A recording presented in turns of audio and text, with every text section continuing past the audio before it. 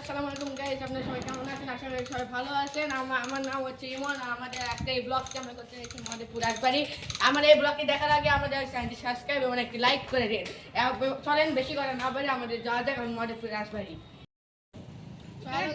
আমরা এখন চলে আসছি আমাদের রাজবাড়িতে। দেখেন আমাদের রাজবাড়ির এই গোটাটা একটা রাজবাড়ি ছিল আগেকার দিনে। তারপরে আমাদের আপনারা আমাদের পাশে যে দিঘিটা দেখছেন, এই দিঘিটার আগে রাজবাড়ির দিঘিটা ছিল নিম্নপক্ষে 100 শতক এই জায়গা নিয়ে এই দিঘিটা অবস্থিত।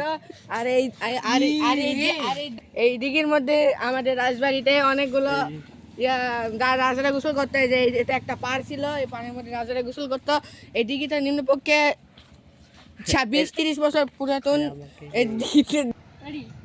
এই যে আমাদের সবাই আমাদের বন্ধুরা আমাদের সাথে আসে। আমাদের ক্যামেরাম্যানকে তো আপনারা চলেন তাহলে এখন আমরা রাজবাড়ির ভিতরে একটু পরিদর্শন করে আসি। চলো ভাই, আমরা এখন আমাদের বন্ধু বান্ধব নিয়ে সবাই রাজবাড়ির ভিতরে যাবো। এখন দেখা যাক আমাদের রাজবাড়ির ভিতরটা কিরকম। সেইখানে আমাদের রাস্তা, এখানে আমাদের একটা জাহাঙ্গীরপুর এখানে আমাদের জাহাঙ্গীরপুর কলেজ আছে। ওই যে আমরা ধাবল খেয়েছিলাম, কাকার ইন্টারভিউ লিস এখন আমরা আমাদের রাজবাড়ির ভিতরে যেতে চলেছি। আসেন সবাইকে দেখাচ্ছি। আমাদের রাজবাড়িতে দেখা যাক। এই বাড়ি দেখাচ্ছে,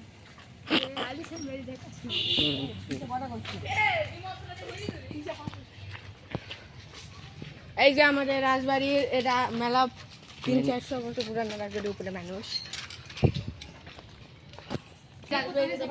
রাজবাড়ি নিম্নপক্ষে 500-600 বছর পর্যন্ত পুরাতন এই রাজবাড়ি।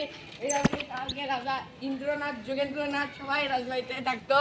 এই রাজবাড়িটা দেখেন অনেক সুন্দর দেখতে। এই রাজবাড়ি দেখেন আমরা ঘুরে ঘুরে দেখাবো, আসেন। এই রাজবাড়িতে সিঁড়ি এই যে আমাদের এই যে রাজবাড়ির ঢুকার বড় ভিত্তি এখনো পর্যন্ত বিদ্যমান রয়েছে। এই যে আমাদের রাজবাড়ির এই বাড়িটি দেখছেন, এটা নিম্নপক্ষে 500-600 বছর পুরাতন। এটা রাজবাড়ির ভিতরে রাজারা এখানে গরু পালন করতে, কিন্তু বর্তমানে আমাদের রাজবাড়িটা নতুন মানুষ জীবনযাপন শুরু করছেন। আর আমাদের চলেন আর একটু এখন ভিতর থেকে আমাদের রাজবাড়িতে দেখাই নিয়ে আসছি। আসেন আমার সাথে দিক দিয়ে। এই যে দেখেন আমাদের এই রাজবাড়িতে দেওয়ালটা, এই যে দেওয়ালটা দেখছেন, এই দেওয়ালটা 500 বছর পুরাতন। এই দেওয়াল দিয়ে আগে পাশে একটা ঘর ছিল, বর্তমানে মানুষেরা এই ঘরটা ভেঙে ফেলছে। এই দেওয়ালটা পুরো মাটি দিয়ে তৈরি। আগেকার যুগে তো কোনো সিমেন্ট ছিল না, এই জন্য এই দেওয়ালটা মাটি দিয়ে তৈরি। এবং এই যে এখানে আগে খোলা ছিল রাজাদের, ওই যে দেওয়ালটা ছিল ওই পর্যন্ত দেওয়াল ছিল। এই দেখেন আপনারা দেখাচ্ছি, দেওয়ালটা ছিল ওই যে এই পর্যন্ত। আমরা এখন দেওয়াল ভেঙে পড়ে গেছে। এদিকে এখন আর কোনো মানুষ, এই জমিটি নিম্নপক্ষে 3-4 বিঘা জমির উপর অবস্থিত রাজবাড়িটি। এই রাজবাড়িতে দেখতে বহু আগে, এখন আর রাজবাড়িতে কেউ দেখতে পারে না, কারণ এখানে এখন মানুষের জীবনযাপন শুরু করেছে। আগে রাজবাড়িতে অনেক লোক আসতো, এই রাজবাড়িতে পর্যটক দেখতে আসতো এই রাজবাড়ির থেকে। এই রাজবাড়িটি দেখতে অনেক সুন্দর, যে বর্তমানে মানুষ জীবনযাপন শুরু করেছে। আপনাদের আরো কিছু রাজবাড়ির ফলমূলের বাগান দেখাচ্ছি, আছে। এখানে রাজাদের ফলমূলের বাগান ছিল।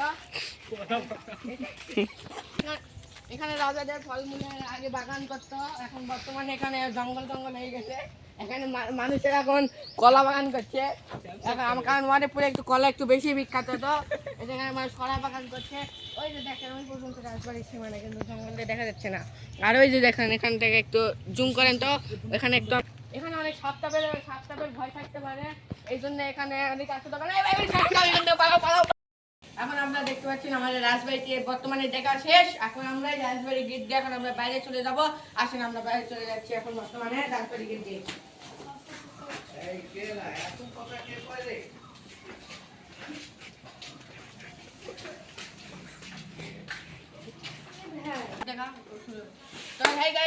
আমাদের ব্লগটি ছিল এই পর্যন্ত। এখন আমরা এই রাজবাড়ি থেকে বাইরে চলে যাচ্ছি। আমাদের চ্যানেলটি সাবস্ক্রাইব করুন আর একটি লাইক করে দিন, কারণ আমরা পরবর্তী ব্লগটি আপনাদেরকে দেখাতে পারি। তো আল্লাহ হাফিজ গাইস।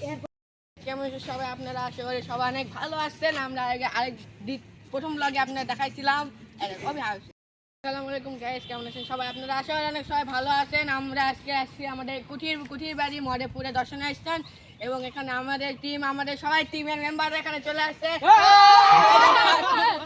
এই দেখেন, এটা আমাদের টিমের মেম্বার। তোমাদেরকে এই কুঠির বাড়ি দেখতে তোমাদের কেমন লাগছে?